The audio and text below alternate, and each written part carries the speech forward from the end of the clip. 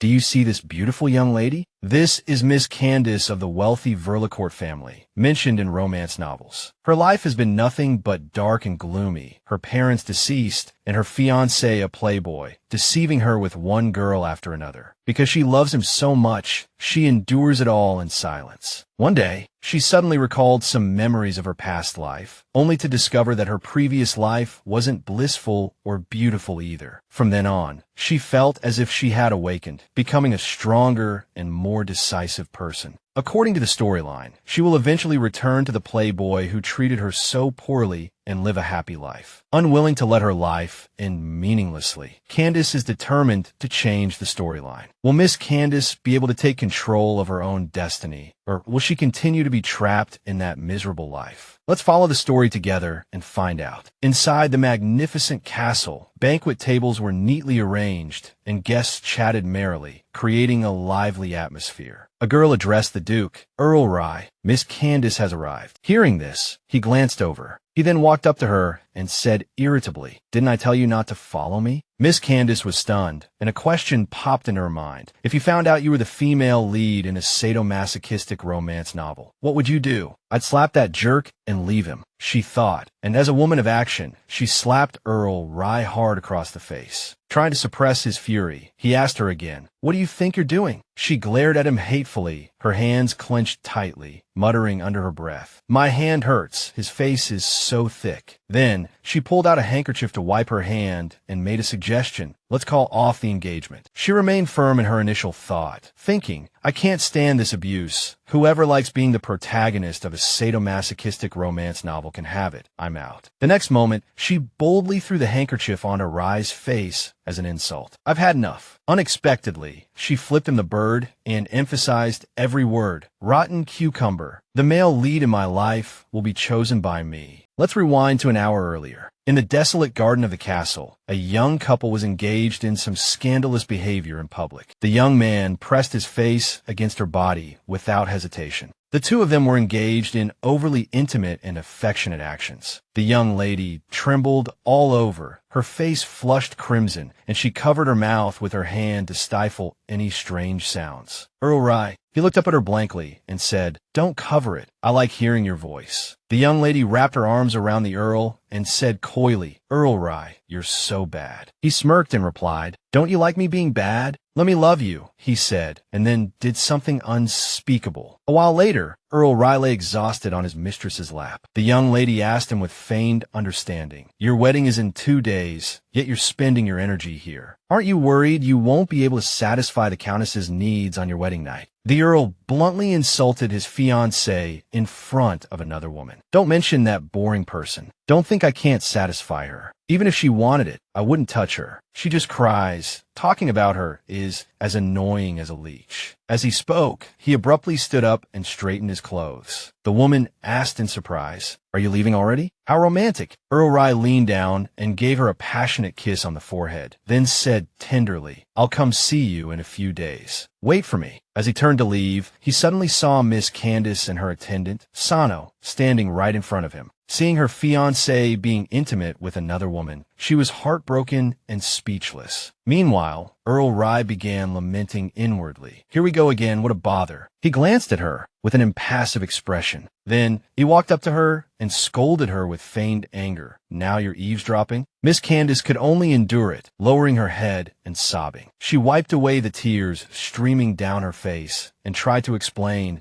"I didn't mean to. I just wanted to give you the cake I made." Earl Rye brushed past her roughly, muttering, "Do you think I believe that? Can you stop following me around?" The audacity of this woman. She even had the nerve to stand before Countess Candace and chirp a cheerful, "Countess, please forgive my rudeness," she continued, feigning innocence, her words dripping with venom. "It's all because of Rye. I told him it wouldn't be good if she saw, but he wouldn't listen." Inwardly, she knew full well how deeply the Countess loved Earl Rye, to the point of losing all dignity. No matter how Rye treated her, she couldn't leave him. Seeing Candace's silence, she pressed on, "I think I'll go find Earl Rye now. Excuse me. The girl was truly vicious, always sharply criticizing Candace, whispering that she was useless. The Countess can't even keep a man. Candace couldn't bear the onslaught. Her legs gave way, and she crumpled to the ground, tears streaming down her face. Sano, her attendant, rushed to her side, his voice filled with concern. "Miss, be careful." But she only sobbed, pouring out her grief to Sano. "I'm so heartbroken. I know it's not good, but I can't help it. He wasn't like this before. He used to be so good to me. I don't like him now, not at all, but I can't let him go." She covered her face with her hands, trying to hide the tears. Sano stood by, his heart aching for his mistress, so unjustly treated. Driven by a desire for revenge, he blurted out, "Do you want me to kill him?" Candace bolted upright, shocked. "What?" Sano repeated himself, his voice hard. "I'll kill him. Anyone who makes you this sad deserves to die." She seemed dazed, repeating the words. "Kill him." Suddenly, she clutched her head, a low moan escaping her lips. Memories, not her own, flooded her mind like a film reel, images of a small, pitiful girl being berated by her mother. "It's all your fault. If it weren't for you, I wouldn't have to work so hard." From then on, the girl constantly reminded herself to work hard, to study hard, so she could escape that cold, uncaring family. Next door, neighbors erupted into a furious argument. The man, in a frenzy, grabbed a knife and threatened his wife. "Why am I afflicted with this illness? Everyone should die. I'll take you all down with me." Just as he lunged to stab his wife, she appeared, throwing herself in front of the blade. There was no miracle. She collapsed, unconscious, while the woman she saved screamed for help. "Someone, help! He's trying to kill her." Candace jolted awake, bewildered. "What was that?" she whispered. "Why did I just have memories that aren't mine?" Sano sat beside her, his voice anxious. Miss, are you all right?" She seemed utterly broken, sitting on the floor, her head resting against Sano, gasping for breath. Her mind still reeled from the onslaught of images, a lifetime of experiences that felt both alien and intimately familiar. Sano helped her up. "Let me take you to a doctor," he urged, but she shook her head. "No, just find me somewhere to rest." She was still deeply confused, trying to understand the connection between these memories and herself, why they had appeared in her mind. He gently settled her in a chair, and slowly, understanding dawned on Candace. "I remember now. Those were memories from my past life. In my past life, I lived in a family that favored sons over daughters. I desperately wanted to escape that family, the source of so much pain, but just as I was about to see the light, I died saving a mother and her child." Seeing her sitting motionless, like a statue, Sano hovered anxiously. "Miss, are you all right?" he asked, his voice laced with concern. She responded immediately, "I'm Fina." But more importantly, she now understood the source of the memories that had just overwhelmed her. "After I died, I was reincarnated into this world." New Moon is a tragic love story. Candace is the lady of the Wilcox County estate and the female lead of this novel, and Rye Sabert, Earl Sabert, is the male lead. Although Candace and Rye are engaged, Rye is a playboy, always flaunting his exceptional looks and background, indulging in pleasure wherever he goes. Even after their marriage, Rye never settled down. He even brought another woman home, right in front of Candace. Candace had loved Rye since childhood, a love so deep-rooted she refused to relinquish it. She clung to the belief that with enough effort, with enough genuine affection, she could change him. Their relationship was a protracted torment, a relentless cycle of pain, until Candace, having lost a child, was left utterly heartbroken. The male lead, finally realizing his mistakes, embarked on a pursuit of Candace, eventually winning her back with his newfound devotion. They achieved a happy ending. Arms crossed tightly, Candace seethed at the absurdity of the plot. In short, it was the story of a redeemed scoundrel and a so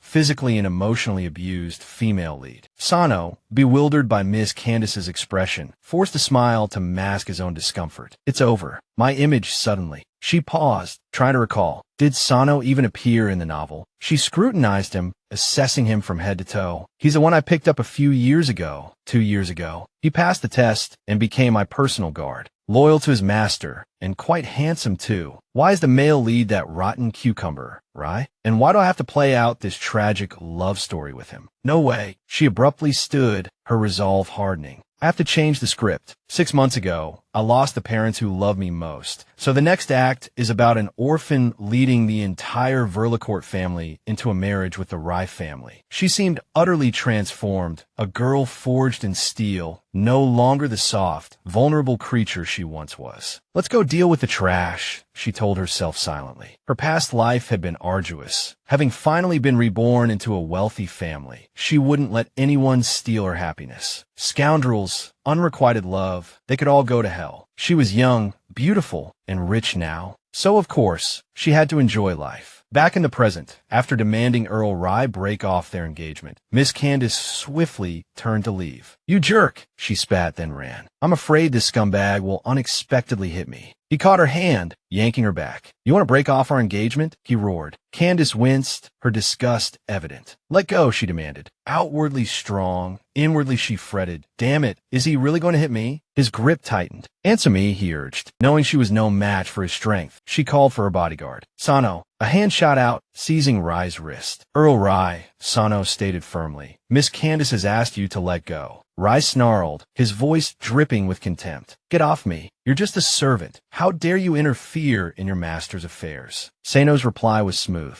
"My apologies. I only obey my mistress's commands." Candace's voice was sharp. "Sano, get his hand off me. Don't let him touch me." Disgusting. Sano obeyed instantly, his grip on the Earl's hand tightening. He squeezed with such force that Rye's entire body trembled with pain. Unable to bear it any longer, the Earl cried out for release. The servant turned to his mistress, seeking her instruction. "Miss," a smile played on her lips. "Let him go." Sano released his grip, but Rye's fury remained unabated. "Candace, what are you playing at? Humiliating me like this. Do you really want to break off our engagement?" She turned her face away, her voice resolute. "Yes, done so publicly. How could it be anything but genuine?" Rye's jaw clenched. "Fine," he threatened. "Don't regret this." Candace whirled around, defiance blazing in her eyes. "Why would I regret it?" Amidst the heated exchange, a woman appeared, a simpering smile on her face as she clasped Rye's hand, feigning concern for Candace. "Doesn't everyone know how much Miss Candace loves Earl Rye? I'm sure Miss Candace is just speaking out of anger." "Earl Rye, don't worry, she'll calm down." He responded haughtily. "I hate women who cause trouble for no reason." Candace stood by, arms crossed, watching the two of them with simmering rage. "I regret giving him so much confidence before," she thought bitterly. "I truly hope you won't bother me again," Candace declared, turning away after delivering her final blow. "Let's go, Sano." The mistress, lurking in the background, preened inwardly. Once the engagement was broken, Earl Rye would be hers. Candace lay in bed, exhausted after the long, tumultuous day. "I shouldn't be this tired," she thought, seeking a moment of respite. "I've absorbed far too much information today. My brain is completely overloaded. I'm a reincarnated soul who lost the memories of her past life. Otherwise, I could have changed the script and saved my parents in this life. I've lived here for 17 years, and this time, my life has been incredibly happy, surrounded by loved ones. My only regret is that wretched fiancé." She stepped onto the balcony, gazing at the starlit sky, lost in contemplation. "Even in my past life, I was influenced by the script, heartbroken over that scoundrel, Rye." A small, triumphant smile played on her lips. "But it doesn't matter. From today onwards, I'll be free." Just as sleep began to claim her, she was forced to descend and greet unexpected guests. "I apologize for disturbing you, Miss Candace," they began. Candace stifled a yawn, her sleepiness almost overwhelming. "News travels fast," she thought wearily. "They're already here. Let's not waste any time," she said, cutting to the chase. "What brings you to see me so late?" The three individuals before her smiled ingratiatingly. "We heard you wished to break off your engagement with Earl Rye." Candace confirmed without hesitation. "Yes. Is there a problem with that? It's just breaking off an engagement." Inwardly, she grumbled, "I'm so tired. I need my coffee." One gentleman, feigning curiosity, inquired, "What are your plans after breaking off the engagement?" She answered resolutely, "I intend to inherit the title of Earl of Verlicourt, of course." They began their manipulative game. "So, you're looking for someone trustworthy within the family to assist you?" one remarked, his words laced with a hidden agenda. It wasn't easy to make a move with Earl Rye's protection. Now that the engagement is broken, this girl is ours to mold. Candace sat there, her annoyance palpable as they continued their incessant prattle. "We watched you grow up. We simply want to help you, Mrs. Sippy. You should consider our family. You have no idea how outstanding my son is." She scoffed internally at their transparent greed. "I've barely broken off the engagement, and they're already circling like vultures." Candace forced a smile, thanking them for their kindness, but stating her preference to continue working with her father's former staff. At her decision, the trio's faces stiffened, their displeasure evident. One, still unwilling to concede, persisted in his attempts to sway her. "Miss, you're still too young to understand the difficulties of managing the Earl's estate. According to the law, a female heir to the earldom must marry, and you've already broken off your engagement with Earl Rye." His words, however, failed to shake her resolve. "You needn't worry about me. Mind your own business. According to the law, the Earl's estate has nothing to do with you." He adopted a sinister expression, attempting to intimidate her. "Miss, we advise you to be sensible, so we can all avoid trouble." Candace sat calmly, arms crossed, meeting his challenge head-on. "Oh, is that so? Then bring it on. Otherwise, don't even think about touching what my father left behind." Inwardly, she exulted. "Who are you trying to threaten? Do you think I'm some ignorant damsel?" Turning the tables, she issued her own threat. "Push me any further, and you'll get nothing." Then, addressing Sano, she commanded, "Throw them out. I don't want to hear another word from them." He obeyed instantly, his hand moving swiftly to the sword at his hip. Panicked, the three scrambled to escape, eager to avoid any further confrontation. Is that any way for a lady to speak? Vulgar. Is this the family's upbringing? They can't distinguish right from wrong. Candace sat quietly in her chair, her resolve unwavering. "I must protect my parents' legacy. I won't let anyone take what they left behind." A sigh of frustration escaped her lips. "But they're right. If I want to inherit the title, I have to marry. Where am I going to find someone to marry?" She racked her brain, a sudden thought striking her. Candace looked up at the guard standing before her, taking in his undeniably handsome features. "Wait, isn't a marriage candidate already standing right here?" Sano entered the room. Candace observed him silently, taking in his handsome features and the cool composure he carried. After a long moment, she thought to herself, remarkably handsome, truly pleasing to the eye. Her gaze fixed on Sano, she continued her internal appraisal. "His combat abilities are exceptional too. He could certainly protect me. And he has no parents, no power, no status. Perfectly suited to be a husband who marries into the family." Candace considered this carefully, concluding, "Based on my criteria, Sano is the ideal marriage candidate." Looking up at him again, remembering a crucial aspect regarding a potential spouse, she commanded, "Remove your clothes." Obediently, he replied, "Yes, my lady," and slowly undid the top two buttons of his shirt. Candace watched intently. Those hands, those knuckles, he's absolutely doing this on purpose. Sano, noticing her stare, paused. Did that scoundrel, Earl Rye, upset her again? "I swear I'll kill him."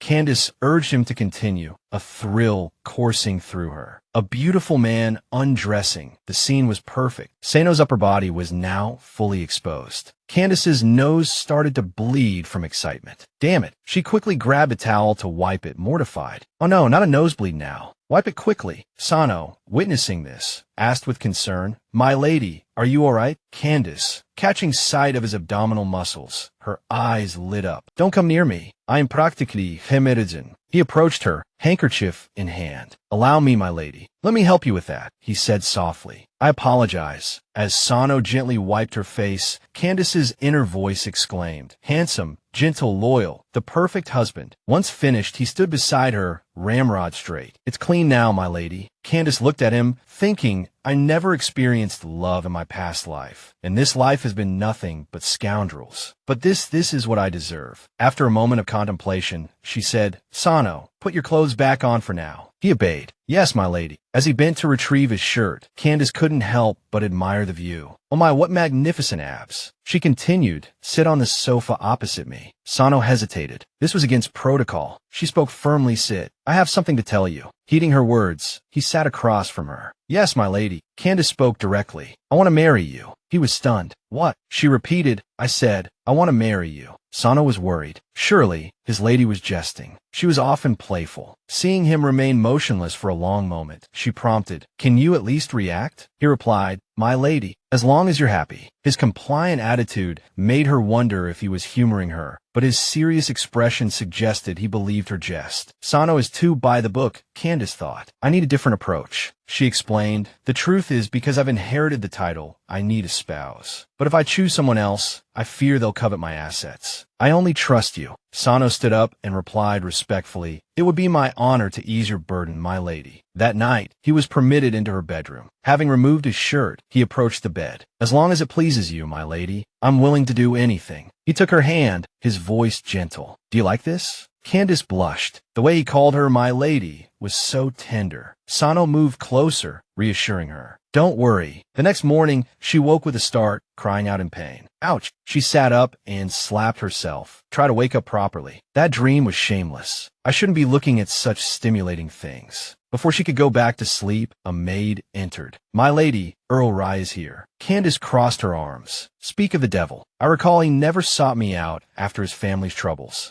Now that he sees I'm no longer chasing after him, he comes crawling back." Then she instructed the maid, "Make him wait." The sky was clear, the warm sun bathing the land, and birds flitted about the garden. Earl Rye waited impatiently in the drawing room, thinking, why is she taking so long? She used to come running the moment she knew I was here, never making me wait even half a minute. He questioned the maid, "Didn't you tell your lady I've arrived? Why isn't she here yet?" The maid replied, "Earl Rye, my lady hasn't woken up yet. If you have urgent business, you may leave first, and we will inform her of your visit when she awakens." Rye, restraining himself, said, "Then I'll wait a little longer." The clock chimed 2, and Rye, having lost all patience, said angrily, "Candace, if you're playing games, I'm leaving. You're clearly avoiding me on purpose." He stood up, about to leave, when he heard a noise behind him. "I've waited 3 hours for you. The least you could do," he began, then fell silent. It was a different maid. She informed him, "My lord, my lady says she does not wish to see you today. Please leave." Rye crossed his arms. "Doesn't wish to see me? Fine, fine. Very well." He stormed off. "If she doesn't want to see me, then let your lady remember what she said today." Deeply frustrated, he thought he should give her the cold shoulder for a while, let her reflect on her actions. Lady Candace sat in the kitchen, enjoying her luncheon. Hearing the servant recount the incident, she asked, "He said that? What was his expression like?" The maid replied, "He looked very displeased, my lady. His face was dark, quite frightening." His face was dark after waiting only 3 hours? "I've waited hours for him before," Candace mused. "It's part of the script," she thought, "but these are things I actually experienced with him when we were younger. He used to be so kind to her, but ever since the script began, he had changed." The maid continued, "My lady, should I call Earl Rye back? You seem upset." Lady Candace replied, "Why would I call him back? I'm just lamenting my feelings that have been devoured by a dog." Candace dabbed her mouth with a napkin. "My perfect life has only just begun." Then, turning to Sano, she asked, "Isn't that right, Sano?" He agreed, "Yes, my lady. Whatever you say is right." Candace admired his features, thinking, that face truly is lovely. Candace instructed the maid to inform the finance manager that she wanted to review the business reports for all the assets under her name. To enjoy life with peace of mind, she thought, I need to know how much wealth I possess. A woman from the finance department, seeing Lady Candace and Sano enter, said, "We have some sensitive documents in the finance department. It might not be convenient for your guard to come in." Candace replied, "It's all right. He'll be my husband soon." Hearing this, the woman offered no further objection. "Please wait here for a moment. Lark will be here shortly." Candace sat down, taking in her surroundings. This was her first time in the finance department. Her parents had always sheltered her, never letting her worry about such matters. For them, the most important thing was for her to grow up healthy and happy. Someone brought a stack of documents and placed them on the table before her. He addressed Candace. "These are the documents for all the assets of the Verlicourt estate, along with the business reports." She looked at him, thinking Lark, the loyal man from the novel. Lark, meeting her gaze, reported, "The Verlicourt estate's assets are involved in shipping, mining, and processing." Candace listened, thinking Lark in the novel always silently protected the female lead, even after the novel ended, helping her manage the family assets. "Actually, I did consider Lark as a potential marriage candidate, as he would never betray me." She glanced at Sano, silently comparing. "But in terms of looks, Sano wins. If I've decided to enjoy this life, then my man should be the most handsome." Smiling, she replied, "Thank you for your hard work." Then thought, so Lark should handle the family business for me. Leave professional matters to the professionals. Lark nodded. "It's my duty." Candace continued, "How much money do I have now? Where does my wealth rank in Darien?" Lark answered, "Your assets far surpass Marquis Cadoudaliot, making you the wealthiest person in Darien." Hearing this, Candace's eyes gleamed. "I'm the richest." She knew the Earl of Verlicourt's estate was substantial, but she hadn't realized the extent of her wealth. After a few moments of stunned silence, a thoughtful expression settled on her face. In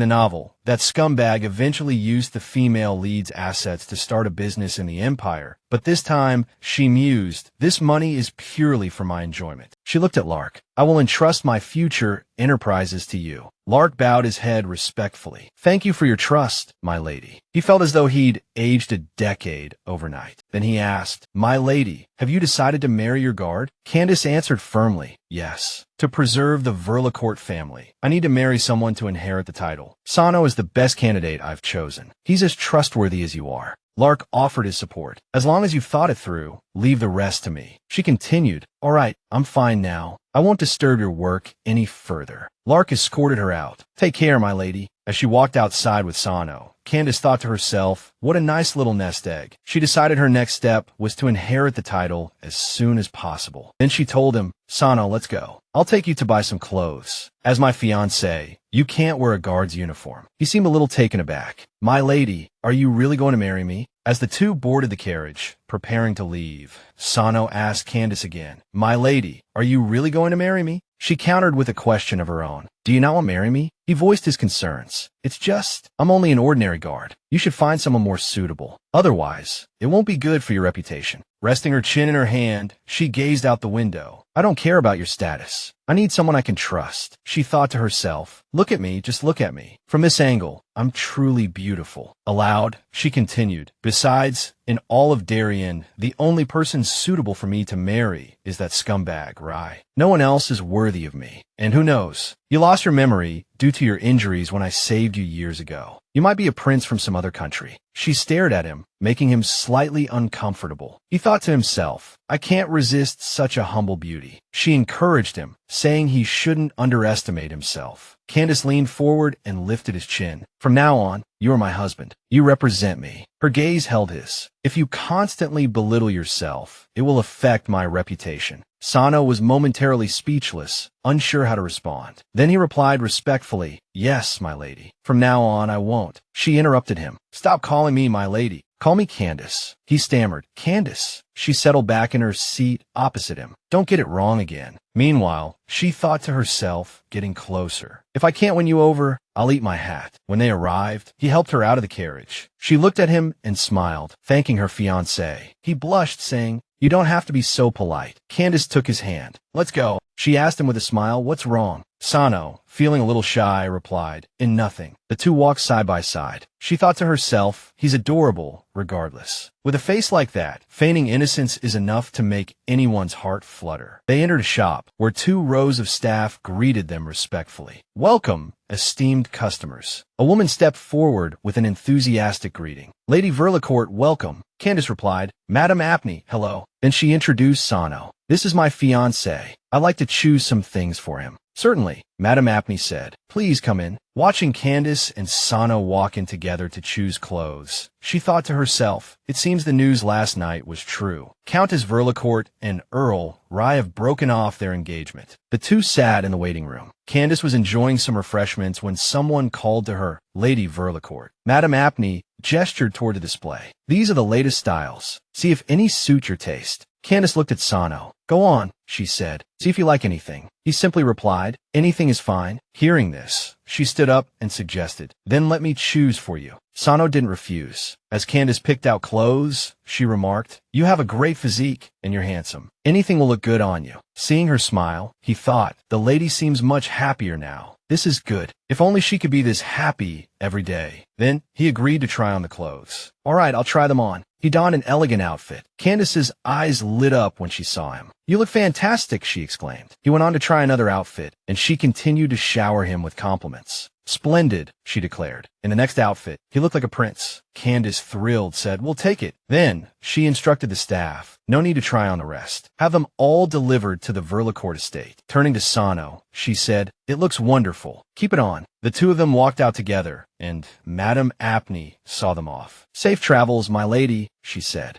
They had only taken a few steps when they encountered Earl Rai and a young woman. He questioned Candace, didn't you say you didn't want to see me? What are you doing now? He thought to himself, reconciling already, less than half a day later? I told you, you can't resist me. Arrogantly, he added, it's too late. Take your gifts back. I don't want to see you now. Candace appeared angered. She abruptly released Sano's arm and took his hand, declaring to Rai, "Who said I was giving you gifts? If you don't want to see me, then leave. What does it have to do with you where my fiancé and I go shopping?" She held Sano's hand tightly, raising it for Rai to see. "Let me introduce you. This is my fiancé, Sano. Earl Rai, please refrain from making strange remarks in the future. My fiancé will get jealous." To herself, she thought, if I don't make things clear today, he'll keep thinking I'm still hung up on him. Suddenly, Rai pointed at her angrily and shouted, "Don't think you can get my attention by doing this. If you keep this up, we're over." Hearing this, Candace felt a pang of sadness, so she decided to speak her mind. "How many times do I have to say it? We've broken off the engagement. There's nothing between us anymore. We're going our separate ways, so I hope you'll stop pestering me." She felt it was a waste of breath talking to someone so self-absorbed. Suddenly, he grabbed her hand. "I told you to stop causing trouble. Did you hear me?" However, she firmly replied, "So what if I heard you? Why should I listen to you? Let go." At that moment, Sano stepped in and stopped Rai's aggressive action. "Get away from her. Don't touch her." Rai's lover, witnessing the scene, became worried and cautious. Shoved back, Rai instantly flew into a rage. "How dare a lowly commoner like you touch me?" he roared. At this, Candace stepped in to defend Sano. Sano is the future heir of the Verlicourt estate. His status is no lower than yours. Earl Rai, I hope this is the last time I hear you speak of my fiancé in that way. I've gone to great lengths to protect him. Don't make me regret it by defying me. Before leaving, she turned back to clarify for him. Sano and I will be married soon. I hope you and the lady behind you can find happiness as well. Though deeply frustrated, Rai could only stand there, frozen in place. Inwardly, Candace thought, anyone who engages with a male lead in an abusive story must be crazy. Sitting in the carriage as they rode away, she couldn't calm down, continuing to fume. That jerk? Is he playing hard to get? He used to find me annoying, but now that it's over, he won't let go. Next time he dares to act like that, you have my permission to teach him a lesson. Seeing her attitude, Sano earnestly agreed to her suggestion. Suddenly, she giggled, muttering to herself, "Can you really say everything I tell you to? What if I sold you?" He affirmed steadfastly, "I belong to Candace. Even if you sold me, I wouldn't complain." However, she dismissed the idea. No, you can't say that." Her expression grew serious. "You're my fiancé. How can you just meekly wait for me to sell you? You should resist. You have the right to refuse." Hearing her words, Sano could only comply, offering no resistance. His earnest demeanor made Candace burst out laughing. "Besides, if I really did sell you, you'd have to find your own way back, so I could sell you again and make some money." He flashed a brilliant smile, readily agreeing. Sano's handsome grin made Candace's heart flutter. So handsome, she thought. Just the thought of waking up next to this gorgeous face every morning fills me with happiness. A few minutes later, he asked curiously, "My lady, didn't you mention something about an engagement?" Candace stood and explained, "I've changed my mind." Then, sitting down directly beside Sano, she declared, "I want to truly marry you." Her forthrightness left him bewildered. He turned to her, asking why. Candace leaned closer. "Because I like you. I like this face. I suppose I'm just that shallow." The scene shifts to the next morning at the mansion where Candace now resides. She hummed cheerfully, no longer worried about money or what to wear. She also had a gentle and handsome husband. What more could she ask for? Seeing her so happy pleased Sano as well. It seemed the lady had completely put Earl Rai behind her. A while later, she sought out the butler, instructing him to find a trusted elder from the family to come and help her prepare for her marriage to Sano. In the presence of a family elder, he immediately and respectfully agreed. "Yes, my lady." The thought of the wedding made her anxious. To avoid any unforeseen circumstances, she needed to marry Sano as soon as possible and then inherit the title. Inside the mansion, an elder spoke thoughtfully. "Lady Candace, have you truly thought this through? Marrying him?" She firmly assured him, "Yes, I have. Please bear witness for us." He then produced a stack of documents and requested, "Very well. I understand. Please sign the marriage registration form in front of you." With the elder before them, Sano also agreed to sign the documents. Candace signed without hesitation. Suddenly, a voice echoed in her mind. The female lead is trapped in a tragic romance novel, forced into a relationship by the male lead. This startled her. What? Who's talking? The worlds of New Moon and Flower and Bloom were beginning to merge. Her expression caught Sano's attention. He turned and asked, "What's wrong?" She muttered, only audible to herself, "Shouldn't I be the female lead in a tragic romance novel?" Then that makes him the male lead of a forced love novel. A while later, they finished signing the contract, and together they saw the elder off. Thank you for your trouble today. Please take care, Lady Candace. You're too kind. There's no need to see me out. Goodbye. Suddenly, she glared at Sano. How could you be the male lead of Flower and Bloom? If you're the male lead of a forced love novel, doesn't that mean I've just jumped out of the frying pan and into the fire? How am I supposed to enjoy my life now? Noticing her gaze, he asked awkwardly, Lady Candace, what's wrong? Are you feeling unwell? She replied impatiently, It's nothing. But her inner thoughts were a different story. Annoying. I finally managed to get rid of one male lead, and now I've got to yander a male lead from a forced love novel. Her erratic behavior made Sano anxious. As everyone knew, Flower and Bloom was the latest work by the author of New Moon, a simple piece. The novel revolved around a forced love affair that led to the deaths of a prince and a duke's daughter. Sano, the novel's male lead, was the king's illegitimate son, born abroad during his studies with a commoner woman and raised solely by his mother. One night, when Sano was 7 years old, a group of mysterious assassins appeared and his mother was poisoned. Sano ended up on the streets, suffering abuse and being traded like a slave. After becoming a top assassin, he was taken in by the king at the age of 23. The beautiful Duchess Sololita was deeply captivated by Sano, who worked in the shadows. He couldn't help but want to get close to her, even wanting to drag her into the darkness. Back in the present, Candace thought, how could I just randomly find such a handsome man in a novel? Turns out he's the male lead of another novel. She thought silently, why does it have to be the male lead of a forced love novel? I'm doomed, utterly doomed. At that moment, she imagined herself tightly bound by his chains. Candace, tormented by the realization of Sano's role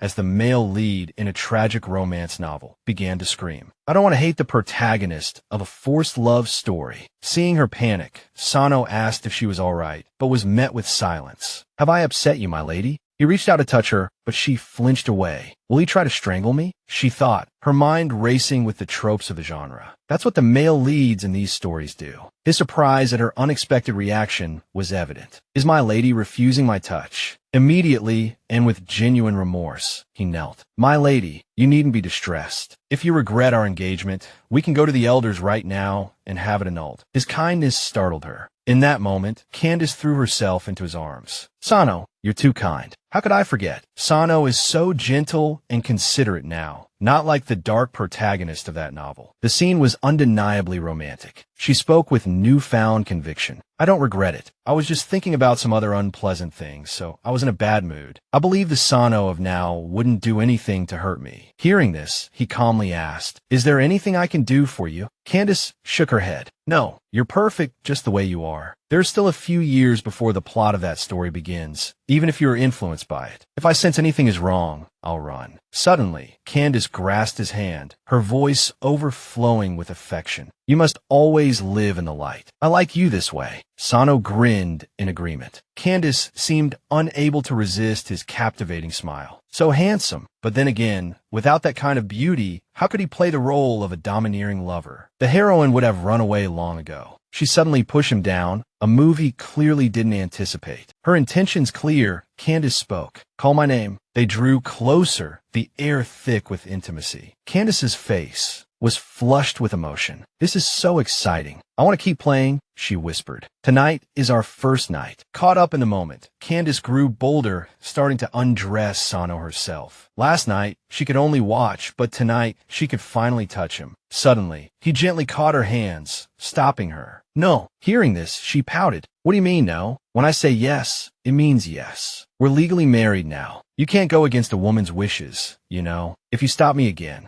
I'll punish you. Despite her words, he still seemed hesitant. Ignoring his reluctance, Candace continued. Without hesitation, the inevitable happened. She boldly removed his shirt, revealing Sano's toned physique. He blushed, unsure how to stop her. The sight of his impressive physique thrilled her. This is too good. Suddenly, a memory from Sano's childhood flashed through his mind. I don't have any memories before I was 7 years old. As far back as I can remember, I was a child nobody wanted. To survive, I had to beg and fight stray dogs for food. I also tried stealing. Then, because of my looks, I was targeted and captured by traffickers. I was sold to a nobleman with peculiar tastes. I injured him and ran away, but just as I reached the main road, his subordinates caught me. The nobleman I hurt was furious and wanted to kill me. Just as I was about to be be beaten to death in despair, I met my savior. She bought me from the nobleman with her allowance. At that moment, I swore to myself that I would protect that young lady with my life. Back in the present, Candace couldn't stop admiring Sano's physique. Turns out abs can be soft too. Her face was filled with longing. After my lady became engaged to Earl Rye,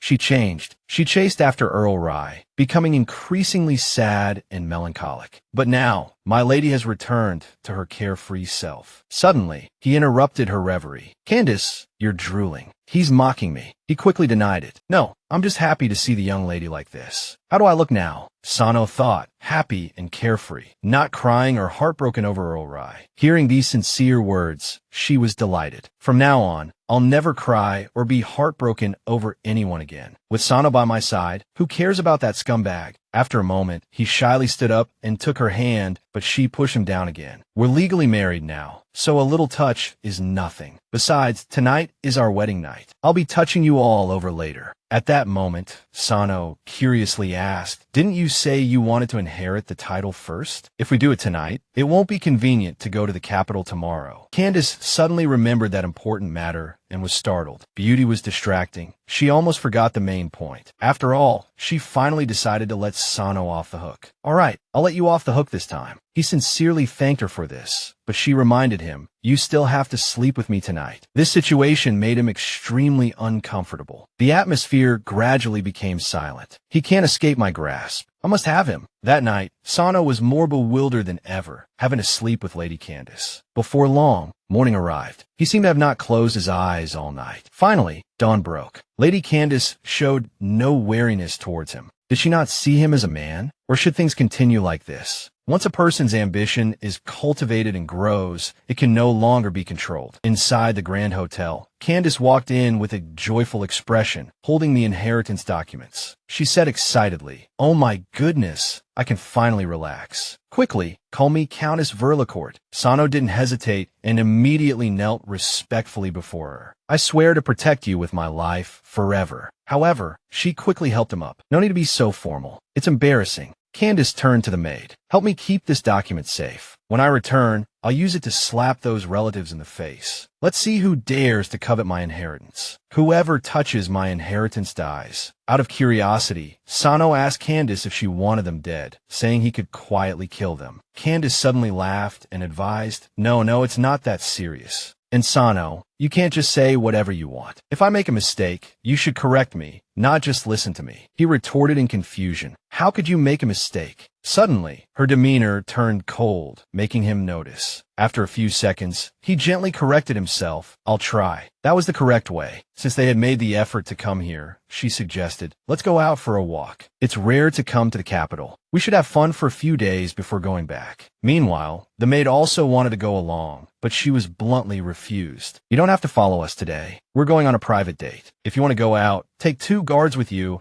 and see the sights of the capital. Seeing the capital's scenery, Candace was very excited. This capital is truly rich and charming. The Verlicourt estate may be wealthy, but Darien City is far inferior to the incredibly valuable capital. Staying in this capital seems quite nice. Sano, what do you think? Suddenly, a voice came from behind, demanding the 2 of them to move aside. In front of them was a group of very arrogant princesses. One of them scoffed haughtily, you country bumpkins, you don't understand anything. The 2 felt insulted and immediately became angry. Who are you calling a country bumpkin? She insisted. Who else could it be? You're quick to change clothes. You've already put on the dress the Earl gave you. Hearing her criticism, Candace could only sigh and then ignore their presence. Being ignored made her angry. How dare you look down on me, someone from a country earl's estate? Refusing to back down, she immediately yelled, you country bumpkin, stop right there. Stop. I know you heard me. But Candace ignored her and continued. Come on, let's go. The young ladies in the capital are so troublesome. She's actually chasing after us. Celia furiously cursed. What are the guards of this hotel doing? Stop that country bumpkin in front. A few minutes later, a group of tall guards blocked their path. Please wait a moment, you 2. Sano warned them to move aside. Celia, with a childish expression, descended the steps and said, I'd like to see where you think you're going. Seeing her, the manager immediately fawned. Ah, Miss Balea, what can I do for you? She asked haughtily. If you apologize to me, I'll let you go. However, Candace flatly refused. Is there something wrong with your head? You call me a country bumpkin, and now you want me to apologize? At this, the manager had to raise his voice. This is Miss Balea, the Marquis's daughter. You should do as she says. If you offend her, do you think you can still stay in the capital? Candace firmly replied. Tell me, which law states that a Marquis's daughter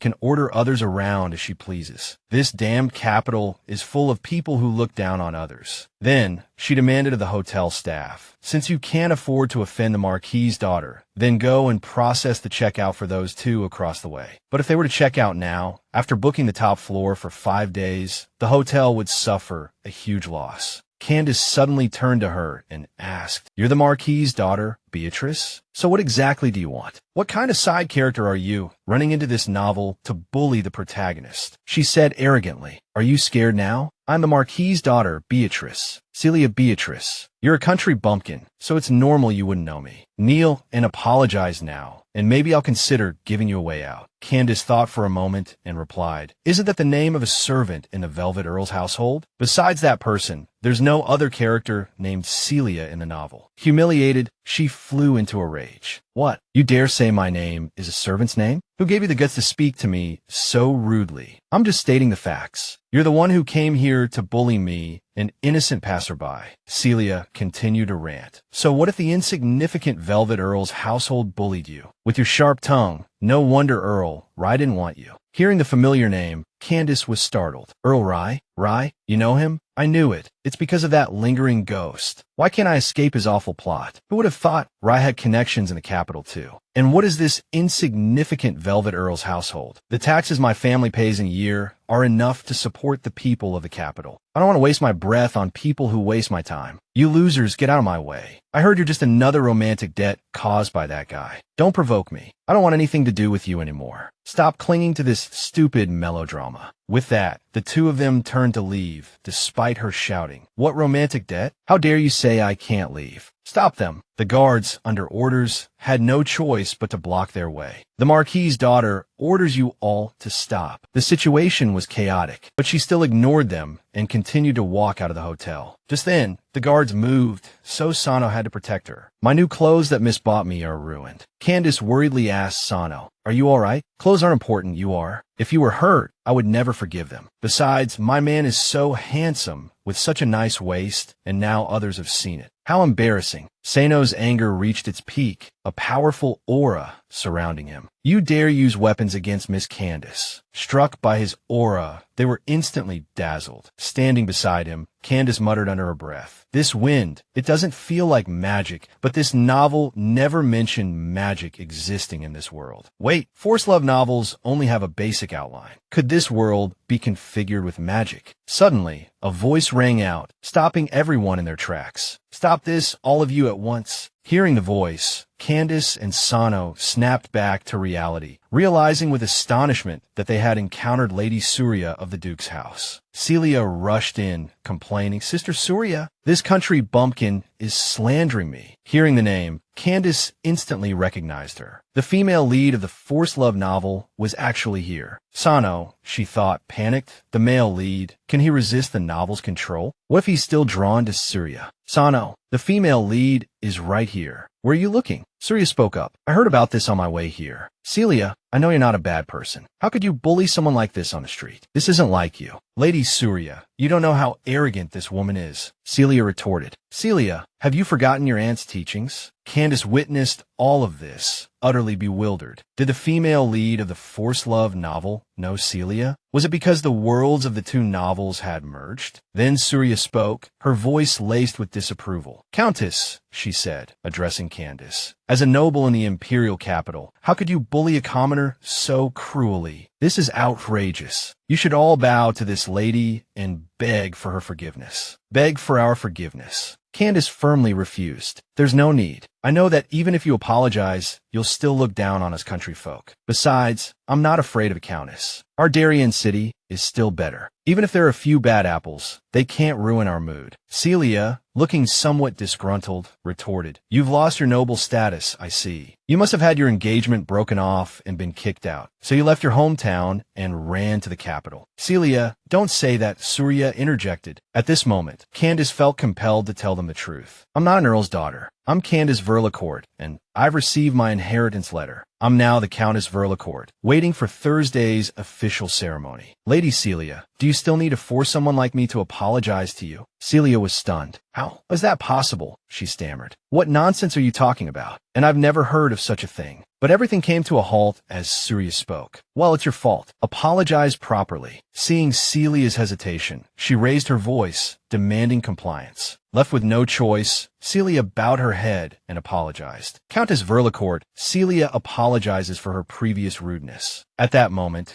Candace thought to herself, "We're both female leads, one in a tragic romance, the other in a forced love story. Honestly, because of our shared misfortune, I feel a sense of kinship with her plight." Finally, Lady Surya spoke. "All right, you can leave now, Miss Candace. I'm willing to compensate you for today's incident in the name of the Duke's house." Hearing this, Candace was overjoyed. Of course, there had to be compensation. Emotional distress, damages to Sano, not to mention all the effort of arguing. Everything had to be compensated. It's hard to say who has it worse, the female lead of a tragic romance or a forced love story, she mused. But I'm sure I have it worse, so I'll accept the compensation. Surya bowed politely. "Then I'll have my servants contact Miss Candace's attendants later regarding the invoice." "I'm truly sorry, Miss Candace. Surya's mother is my mother's younger sister. After I return, I'll have my aunt discipline her daughter." As she spoke these words, Candace finally understood everything. So, having a troublesome relative around and having to clean up their messes is really frustrating, she thought sympathetically. But it didn't end there. Surya suddenly asked, referring to something Celia had said. She said inheriting the title requires the help of marriage. Celia chimed in. How could Candace, who lost her fiancé, manage that? Candace explained, "What's the big deal? I just got rid of a scumbag fiancé.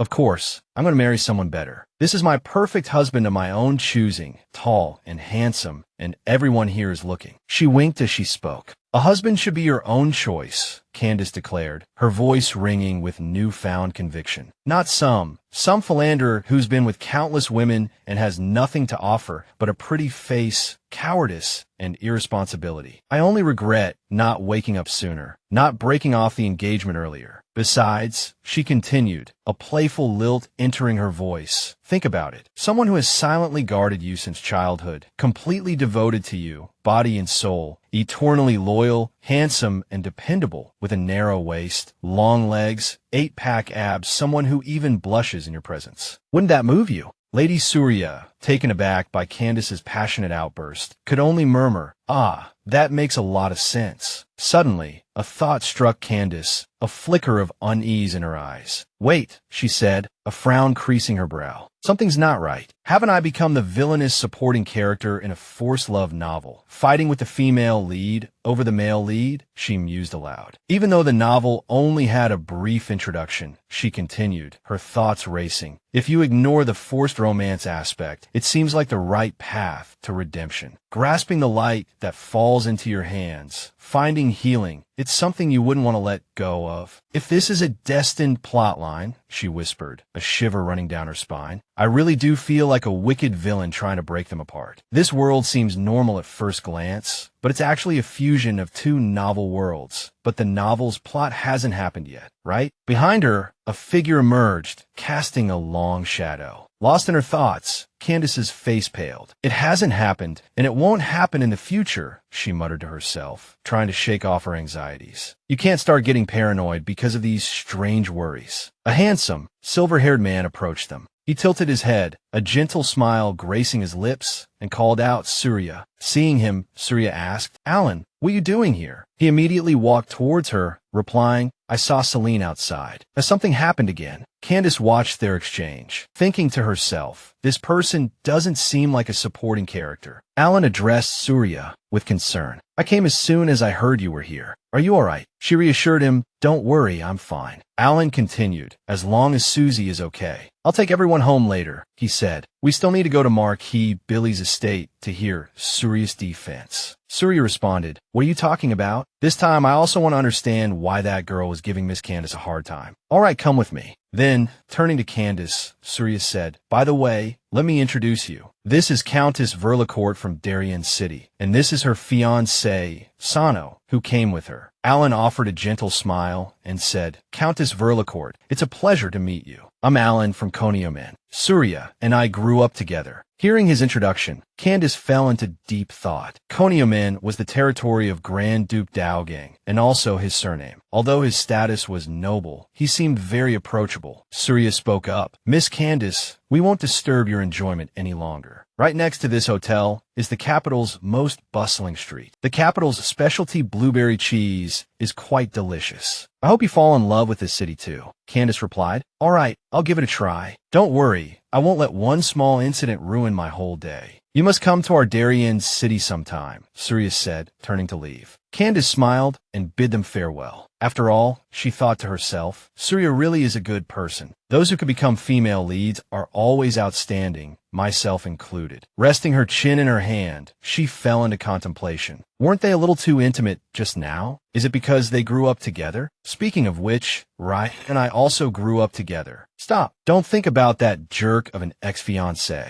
Noticing her odd behavior, Sano asked, "What's wrong?" Candace replied, "I just remembered some unfortunate things." Then, with a bright smile, she took his hand and said, "Let's go, Sano. Let's continue our date. Let's get you some new clothes first." Sano was surprised by her sudden enthusiasm. "This young lady always seems to be thinking about something," he mused, "as if she has many secrets. I really want to know all of her secrets." She looked at him blankly, thinking, someone as talented as Sano is what I truly want. Meanwhile, in a certain duke's office, a man spoke sternly. "Is Sano really Sano? Why is he here? He changed carriages." "Surya, you did such a thing, and you say it was for Lily?" Celia said, "Because Lily is my only friend besides you. She wanted me to meet Candace and use Count Rai as an excuse to humiliate her. She wants Candace to remember Rai and feel so ashamed and angry that she won't want to reconcile with him." Celia foolishly responded, "But won't this affect my reputation? Candace already has a new fiancé.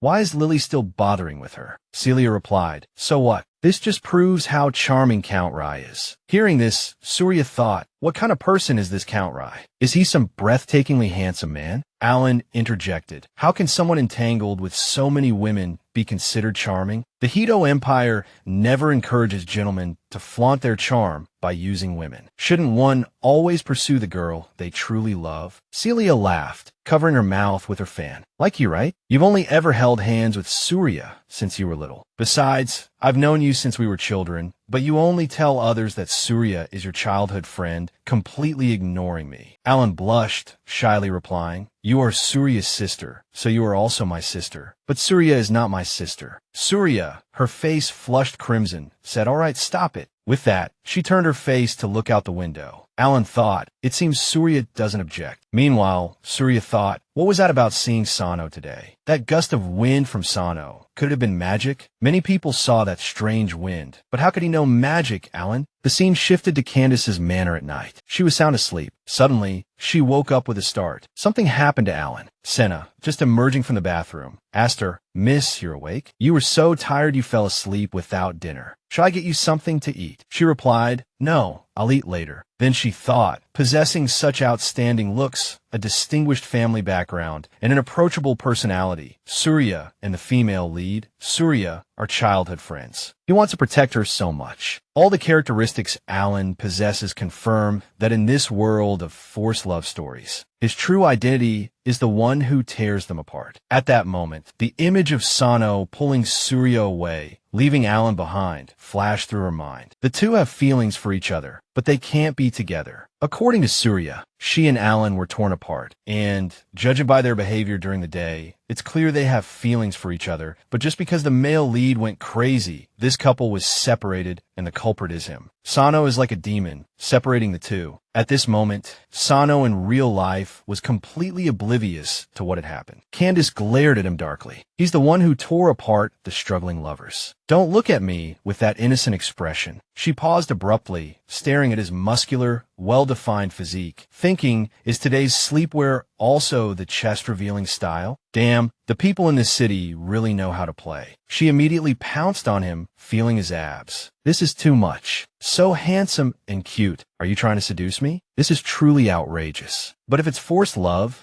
I can accept this face on the condition that I force him. Candace put her hands on his neck and said, I've decided. Tomorrow we'll return to Darien City and hold the wedding immediately. I can't stand these look but don't touch days any longer. She thought, it's so wonderful that the two are childhood friends and have feelings for each other. Even I'm starting to get envious. This time, without any interference, Surya will definitely be able to follow her heart and embrace her happiness. As long as we prevent Sano from becoming the forced love male lead, we must arrange the official wedding as soon as possible so that everyone will have a bright future. She raised her hand and gently stroked his chin. Suddenly, she pushed him down and sat on top of him. Surya will definitely come looking for me on her own. Seeing her like this, he said shyly, Candace, we're already husband and wife. From now on, let me take the lead. Hearing this, she was surprised, but before she could react, he had already switched positions with her. He tightly grasped her hand with one hand, preventing her from making any moves. He slowly parted his lips and said, You are mine. Suddenly, she awoke, realizing it was just a dream, but a spring dream that felt somehow wrong. Seeing her stir, he gently asked, My lady, are you awake? She looked at him, thinking, Sano is so gentle and pure. I can't let it become a forced love interest, so I'll have to take the lead in this relationship. With that thought, she said, Sano, only I can initiate. Do you understand? Afterward, they boarded the carriage together. He sat beside her, wondering, why did my lady suddenly say that? Did she discover something? Candace gazed out of the carriage window. Why has the carriage stopped? We're still quite far from Darien City. The carriage came to a halt, and a servant was already waiting below. My lady, the steward of the Atala estate has brought a carriage, saying it's a gift for Countess Verlicourt. She inquired further, Is it truly a gift for Countess Verlicourt? The servant bowed. Good morning, Countess Verlicourt. I am a steward of the Atala estate. Hearing that you were departing the capital early, Lady Surya instructed us to prepare gifts according to the list and meet you on the road. This estate belongs to Duke Wright, and it's the closest to Darien City. We've also prepared some of the estate's specialty fabrics and a newly forged iron sword. Our carriage and guards will escort you to Darien City and then return. She said,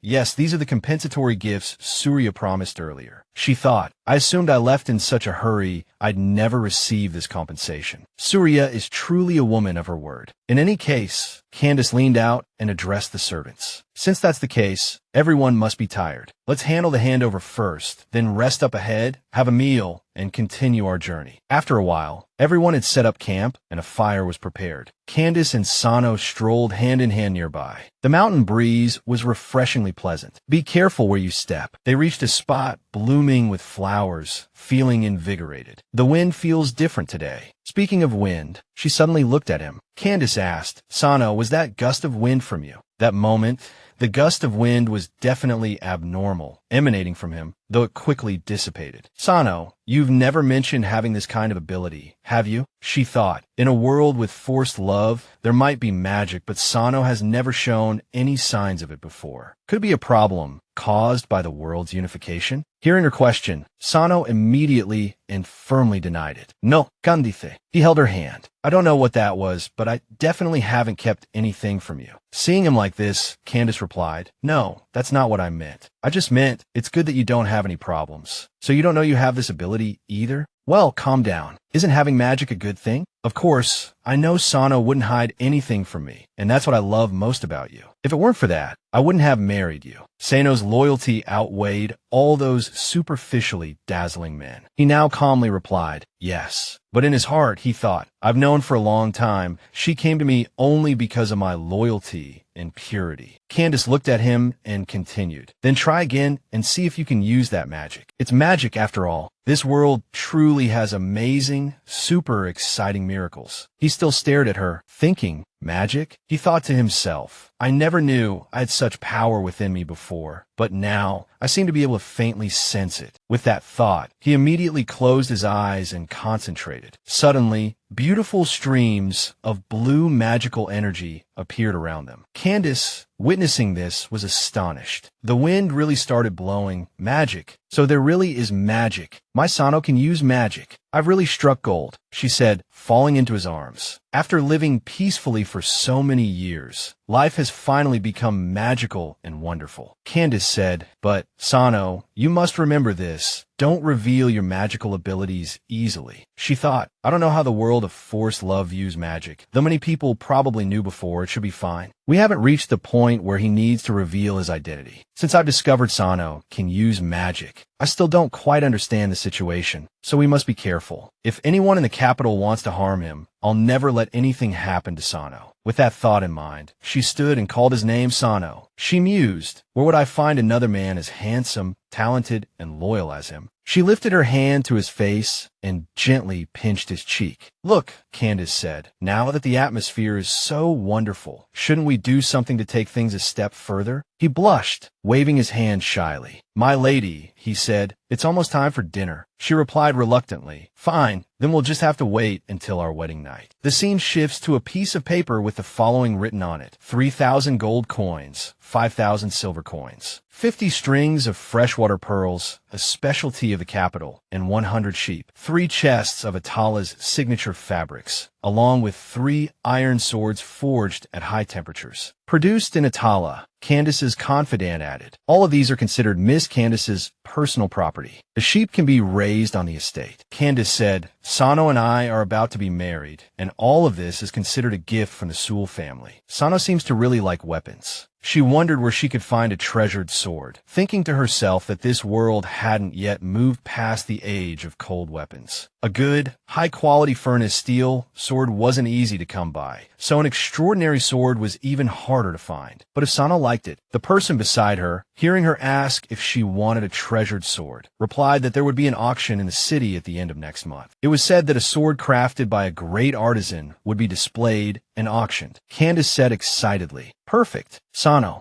and I are going to the city for our honeymoon next month. We'll attend the auction and give that sword to Sano as a gift. My man, he definitely deserves the best sword. Suddenly, he turned around and said, Forgive my bluntness, Miss Candace, but have you forgotten how much you spent on Count Rye before? He thought to himself, now she's spending money like a wealthy heiress. She looked perplexed, not quite understanding what was going on. He stood up and slammed his hand on the table. Miss Candace, he said, your private coffers were previously emptied by a man, and now you're about to make the same mistake again. I really don't want to see this happen again. You giving everything for others like this. Candace stared at him in shock and fear, asking timidly, Wait, Lack, what are you talking about? What do you mean emptied? Back then, how much did I spend because of Rye? She thought, in this life I was born into a wealthy family. I've never lacked money since I was young, and I've never hesitated to spend it. As she spoke, she quickly turned away, not daring to look Lack in the face. In the past, I always acted that way because of the influence of the storyline. At this moment, she imagined a scene of being crushed by a boulder. Save me. I could have been someone who pursued love, but if he tells me how much I actually spent on him, that I even emptied my personal savings for him, I can't accept that. Lack immediately placed a stack of documents in front of Candace and Sano. These are the records of this young lady's personal expenditures since she was 10 years old, he said. She's always had her own savings. Starting with the first cake this young lady bought for Count Rye in her 3rd year. She held a grand birthday banquet for Count Rye, spending a fortune to invite the Gagner theater troupe from the capital to perform. In her 5th year, she even bought a vineyard for Count Rye. She was stunned by the history of her spending on this scum, each expense a piece of her dark past. So Lack has been keeping records of everything since I was 10. He didn't even miss a sponge cake. He must have only been 2 or 3 years old at the time. Truly a natural talent for financial management. After a while, Lack finally finished reading and let out a sigh of relief. He approached and handed her the stack of documents. Miss Candace, he said, this is the final result after currency conversion. She snatched it up. Let me see. The figures swam before her eyes, a dizzying array of numbers. Sano rushed to her side, catching her as she swayed. Candace, are you all right? Is this sabotage? She thought wildly. My already anxious heart is about to give out. Lack's eyes gleamed. My lady, shall I request Count Rai return our funds? That's all our money, Candace thought, her mind racing. We should get it back. It would make accounting so much easier. But aloud, she said, no, let's not discuss this. Rai doesn't have that kind of money anyway. Asking for it back after a breakup would only give the Darien nobility more fodder to gossip about the Verlicourt family. Inwardly, however, a different thought took root. Though the idea is tempting, I can't. Candace, pull yourself together. This amount is nothing compared to the Verlicourt fortune. A breakup doesn't mean you can reclaim every penny willingly spent. No, this isn't the price of stupidity, she muttered. It's the cost of an awakening. Lack chimed in. So, my lady, are you still planning on spending so lavishly on the wedding? And the auction, we need to prepare the funds. Sano added gently, my lady, you needn't spend so much on me. Truly, I don't need any legendary swords. Marrying you is already a dream come true, something I never dare to hope for. I don't need you to spend so much money on me. Candace immediately retorted, absolutely not. This is clearly Rai's fault. Why should the one who takes love seriously be the one to suffer? That's not right. Rai doesn't deserve it, but Sano does. Lack, my wedding with Sano will not only be grand, it will be extravagant and elegant. I want everyone to know that I, Countess Verlicourt, have nothing to do with Rai anymore. The scene shifted to the next day within the manor. A maid called out, the 30 yards of moonlit silk have arrived. Talina, are the pearls for the wedding dress ready? Another bustling maid replied, they are. We didn't have enough high-quality pearls, but I've sent people to purchase more. We still have gold. If it's not enough, we'll register with the steward. My lady said that not only the wedding dress, but the entire wedding will be adorned with gold and pearls. She beamed. This is Countess Verlicourt's manor. No, this is the grandest event our entire Darien city has seen in years. My lady is finally smiling again, so we must ensure the wedding goes exactly as she envisions. It's so extravagant. If we didn't say so, no one would believe it's a wedding. No noble has ever held such a grand celebration before. Suddenly, a male servant rushed in. Trouble. There's a problem with the venue my lady wants for the wedding. The Andre Manor was originally a gift from the old Count to Candace. When we sent people to inspect it, we found it occupied by Count Rai's men. They heard we intend to use the manor and claimed it belongs to Count Rai, demanding our lady personally ask him for permission. A maid exclaimed, on what grounds? Or has our lady forgotten? Did she at some point gift the Andre Manor to Count Rai? Candace's voice rang out as she approached. I would never do such a thing. The Andre Manor is my grandfather's legacy, in my name since birth. Even if I were delirious, I would never get it to anyone, Candace declared firmly. How could I not know? When did my Andre Manor become Count Rai's? If that's the case, I need to speak to Rai directly and ask him what's going on. The scene shifted to the Andre Manor during Darien's annual wine bath festival. The people there, seeing Candace, exclaimed, it's Lady Candace. Rai, catching sight of her, greeted her smoothly. Oh, darling, it's been a while. The servants informed me that today is Darien City's wine bath festival, and most of the city's nobles are attending the banquet. But you previously stated that from now on, I shouldn't be contacted about any events organized by Count Rai. Candace replied, her voice laced with ice. So, this year's wine bath festival is organized by Rai, and it's being held at our manor. All right, all of you, go and redecorate the manor. Prepare for the wedding. If Rai's guards try to stop you, tie them up. We have the numbers. Sano, come with me to see Rai. One of the maids voiced a concern, but Count Rai is still using the place. Are we really going to just barge in and clear it out? Are you certain? The blonde maid replied. Is there a problem? This manor belongs to Miss Talina. We only need to obey Miss Candace's orders. The maid watched Candace and her fiancé depart, a flicker of doubt in her eyes. What if Miss Candace is doing this out of spite? She may have changed fiancés, but they aren't officially married yet. And anyone can see Miss Candace doesn't have deep feelings for this new fiancé.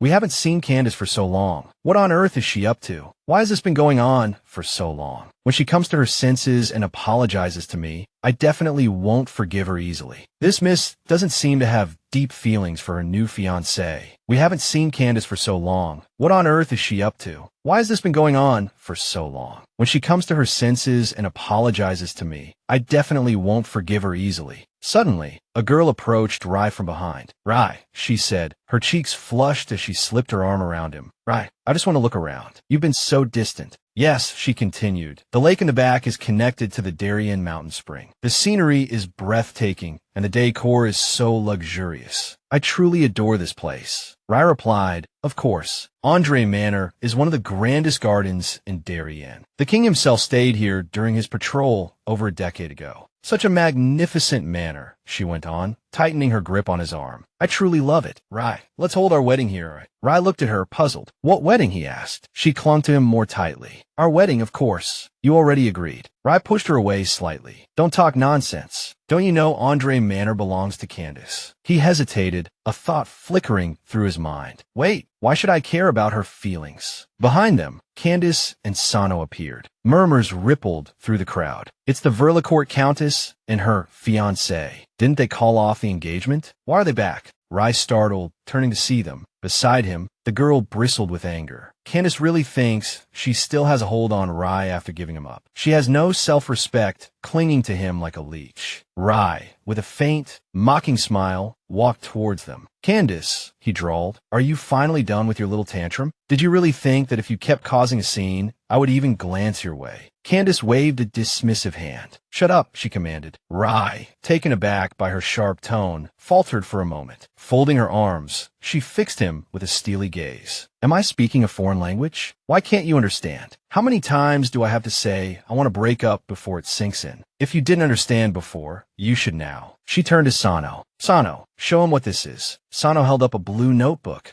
Rai's eyes widened in recognition. It was the deed to Andre Manor. Candace's voice rang out, sharp and clear. Open your eyes and see who this manor belongs to. This is the Verlicourt estate, mine. How dare Count Rai use it to throw a party without my permission? Whispers erupted from the onlookers. That's right, it's been used by Count Rai for so many years. We all forgot it belonged to the Verlicourt Countess. But isn't Count Rai? Oh, right, the engagement was called off, and he's still using her property. A bit much, isn't it? Rai rushed forward. So, you deliberately came here to show me this. Trying to... Sano smoothly closed the book. You can't touch Miss Candace's things. Candace stated, it's to prove that this is my family's estate. Rai responded haughtily, but you allowed me to use this place before, didn't you? That's why the manager assumed the manor belonged to me. That was for the Verlicourt Countess's son-in-law, but you're not that anymore, she thought. Candace's voice was smooth as silk. This party should be considered as you renting this place. Remember to settle the fees with my finance department. She took Sano's hand. Although there's been a slight interruption, today is a joyous occasion. I hope you all enjoy yourselves at my manor. Furthermore, I have an announcement to make. Rai stared at her, unwavering. So, after all this fuss, she's finally admitting defeat and apologizing to me. Rai smirked, a smug expression spreading across his face. There's no need to try and sway me. Candace's voice, bright and clear, cut through the air. I'm going to hold my wedding here. Rai froze, the smirk vanishing. A wave of murmurs washed over the crowd. Excuse me, whose wedding is this? Someone scoffed. Miss Candace, and the man beside her is her new fiancé, judging by the way he's glaring at Rai. Rai, stunned, could only sputter, what were you talking about? Wedding. Who are you marrying? He demanded. Candace replied coolly, Sano, of course. Didn't you know? Our official ceremony is in 10 days. Inwardly, she thought, does he really think he can sway me? What gives him the audacity to live in such denial? Rai, aghast, told her, you realize once you're officially married, even if you divorce later, you'll still be a divorced woman. Candace simply stared. He pressed on, despite everything I've done for you, you're making such a foolish decision. I could never accept a woman who's been married before.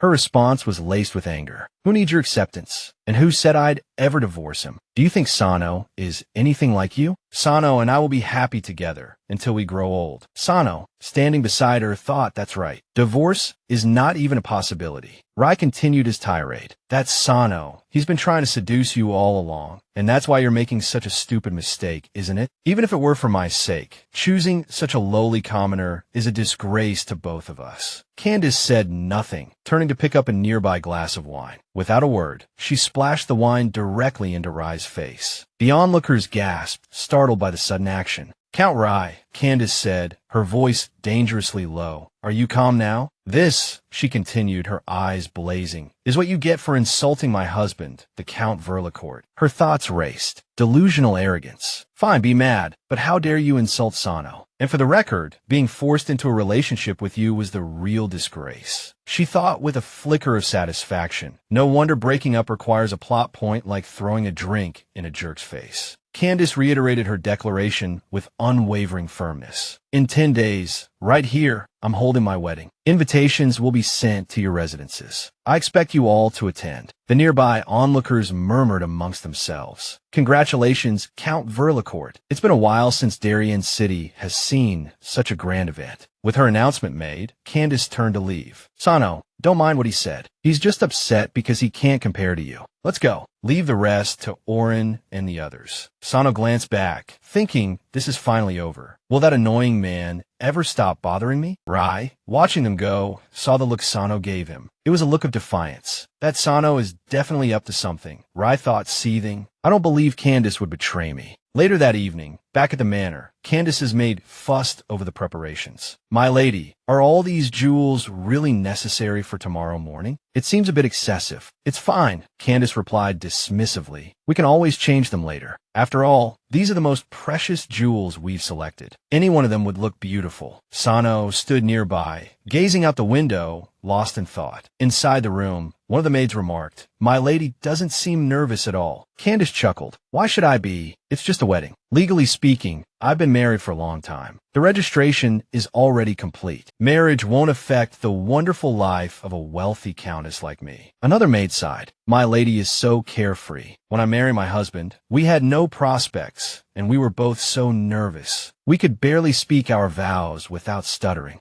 Outside, Sano overheard the conversation. My lady doesn't seem nervous at all, he thought, but I feel like my emotions are about to overflow. My heart beats faster with each passing day. Just thinking about exchanging vows makes me feel like I can't breathe. Lack, approaching from behind, absorbing a book, called out, Who's there? Lack was surprised to find Sano standing there at that hour. He approached and asked, Sano, are you here to protect my lady? Sano's response was curt. Go away. This isn't where you should be. Lack, taken aback, retorted, I was just passing by. Why are you so hostile? So, the rumors about you becoming a different person behind my lady's back aren't just rumors. If that's true, aren't you deceiving her? Sano's voice dropped, a menacing edge creeping into his tone. I know you have feelings for my lady. Leave, he commanded, and stay away from her. Suddenly, amidst the tense atmosphere, a voice called out, Sano, Lack, what are you both doing here? Candace asked, Lack, you're probably up late doing the accounts? Why aren't you asleep yet? Sano, you have to be up early tomorrow. There's still so much to do. Just then, Sano switched to puppy dog mode. His demeanor completely transformed. Sano looked up and said, Miss Candace, I can't sleep because tomorrow is the wedding. Tomorrow I really get to exchange vows and become husband and wife. Hearing this, Candace thought to herself, is Sano nervous about tomorrow's wedding? How cute. Sano continued, Candace, tomorrow is our wedding. I saw you in the wedding dress during the day, and now I can't stop picturing you in it, so I can't sleep. I've recited the vows 100 times. The rings are with Eileen. They assured me everything is fine, but I'm still worried I'll make a mistake and ruin our ceremony. Candace stared blankly at Sano, but for some reason, seeing him like this, she also felt a little anxious. Candace replied, Sano, first of all, don't be nervous. If you're nervous, I won't be able to stay calm either. Don't overthink it. Go back to sleep, close your eyes, count to 100, and then you'll fall asleep. She bid them good night. Go to sleep. Lack 2, stop working and get some rest. The two watched her go inside and said, Yes, Mississippi. Back in her room, Candace's face flushed crimson. It's so strange. Why am I so nervous too? The church bells chimed through the air, flocks of white doves soaring across the sky. Today was the wedding day, and Sano still remembered what Miss Candace had said. He looked up at the festive wedding atmosphere and thought to himself, this wedding is bound to become a grand event etched in Darien's history. His face flushed, and he marveled at the knowledge that after today, everyone in Darien would recognize him as Miss Candace's husband. Swirling emotions made Sano incredibly anxious, and he had to take deep breaths to calm himself, reminding himself that he absolutely could not make a mistake. Finally, the other protagonist of the wedding appeared in a white gown, and the entire audience was stunned, gasping at how beautiful she was. Even Sano, who saw Miss Candace every day, was astonished. You, miss, are so beautiful. The white wedding dress accentuates your pure and captivating beauty. The priest's voice droned. Today, we stand before the goddess to witness the marriage vows of this fortunate couple. As the goddess's most loyal servant, I ask you, Sano looked at his bride, thinking my miss, my Candace, his cheeks warming. The priest continued, do you both agree to be joined in matrimony, to love, cherish, and be faithful to each other, forsaking all others, until death do you part? Candace answered without hesitation, I do. Her confidence made Sano's heart race uncontrollably. Amidst the melodious wedding music, Sano piously knelt on one knee, holding his beloved's hand, and answered the priest, I do. The priest announced, now please exchange rings. The guests sitting below, attending the ceremony, couldn't help but feel envious. They murmured amongst themselves, Miss Candace, this wealthy, noble, and so elegantly beautiful lady, how they would love to get close to her if given the chance. But another person interrupted, impossible. With such a handsome husband, who else could catch her eye? This person sighed, thinking sarcastically, Baron Rai really didn't know what he was missing. They didn't know that the very person they were talking about was sitting in the back row, his expression extremely displeased. Miss Candace, the subject of their discussion, was actually quite happy. Yes, she was born with a silver spoon in her mouth, wealthy and influential, and her beauty was unmatched. Even though 10 years ago, due to some melodramatic novel-like plot,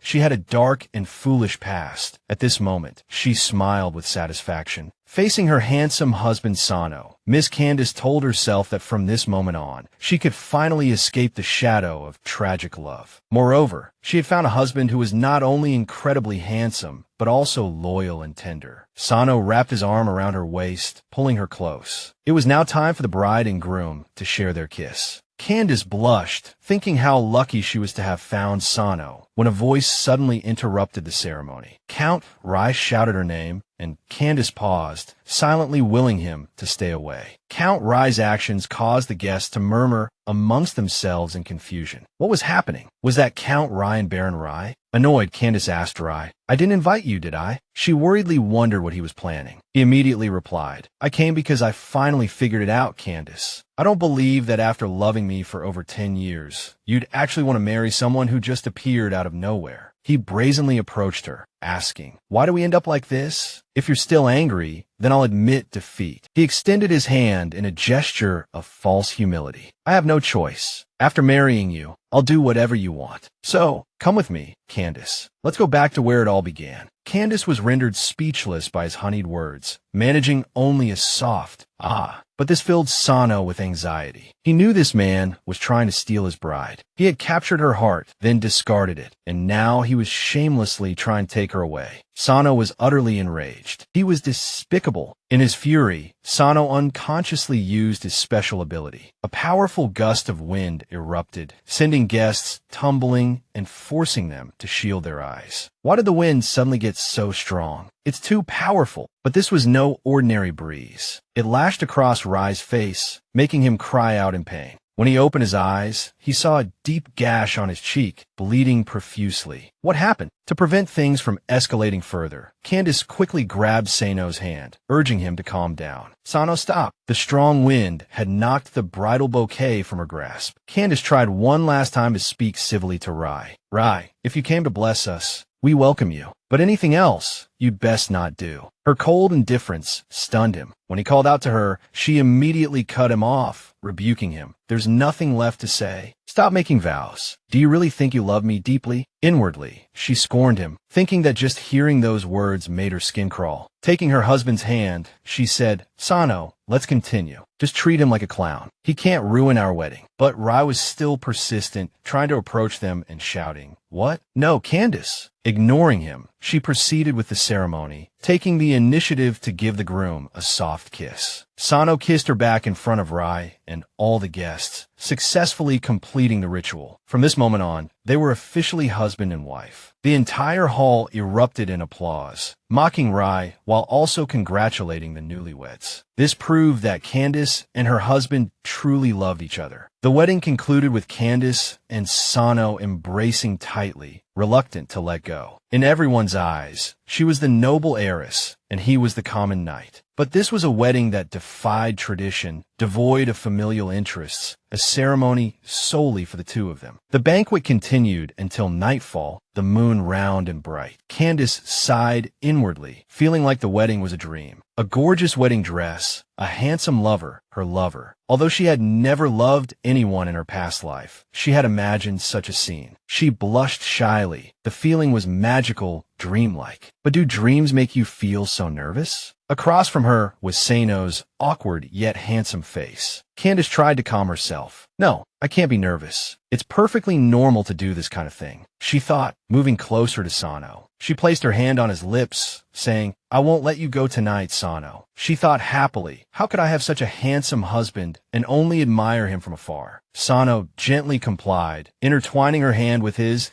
and placing it against his cheek, replying, Candace, my heart and soul belong to you. This surprised her. He lay there, offering no resistance. She remembered their previous life. At first, he would blush and refuse, but later, unable to resist any longer, he'd lost himself in the moment countless times. But this time, Sano answered directly, without hesitation. You can do whatever you want of me. I won't refuse anymore. Sano had his own anticipation, a hopeful light blooming in his chest. Regardless of how deep or shallow Candace's feelings for him were, there was no room for hesitation anymore. They belonged entirely to him. He drew closer to the one he loved. She was sincere, granting him the right to kiss and embrace her. So why should he continue to restrain himself? It wouldn't hurt to loosen his control a little tonight. Feigning bravery, she said, I know, so let's begin. Despite her confident words, she closed her eyes, masking her confusion. Her mind raced with questions. This felt so strange. It made her hair stand on end. Why did other people feel this way at times like these? What was she supposed to do next? She'd never experienced anything like this in her life. Seemingly sensing his wife's discomfort, Sano's hand trembled as he called Candace's name, then decided to take the initiative. He wrapped his arms around her slender waist and effortlessly switched their positions, giving her a gentle yet surprising kiss. A moment later, as their lips parted, Sano began to remove his coat, saying, I'm sorry, but Candace, you're too slow. His shirt fell to the floor, revealing a firm chest and sculpted abs. So, may I be a little more proactive? Her vision blurred, making her dizzy. Strange, I can't seem to muster any strength. Still, she managed a playful reply. Fine, it's cute when Sano takes the lead sometimes. With her permission granted, he caressed her and helped her sit up. Sano asked, May I take off your clothes? The question made her tense, thinking, this isn't cute at all. But she tried to remain composed. His kisses fell upon her shoulder, and Lady Candace shyly closed her eyes, feeling the changes in his body. Though inexperienced, she wasn't entirely without knowledge. He was the forced love male lead from a novel, so it was normal for him to be this large, especially given Sano's physique. She encouraged herself to relax and enjoy it. She had longed for this day, for Sano had given her his heart, and she loved him in return. The sound of rustling clothes echoed clearly in the quiet room. A small mishap during the process made Candace exclaim, Wait, something feels wrong. Sano asked what was the matter, but she shyly rebuked him. Don't ask me that. After fumbling for a moment, he said worriedly, I can't find it. Her voice trembling, she clung to him. Don't move, don't touch me like that. She found it amusing, wondering if this was why two novices would have this problem, literally losing their way. Sano looked at her for a moment and asked, Candace, you don't like this? She shook her head. No, it just feels a little strange. Finally, they completed the last step of their wedding night. In that moment, Candace was surprised, gasping, This is... Sano held her close, his voice earnest. Candace, I love you. He asked if she was all right, and she shyly nodded. Yes. Sano's overflowing happiness led him to ask repeatedly, We're doing this because we love each other, right? In his heart, he reassured himself as well. You accept me because you love me, right?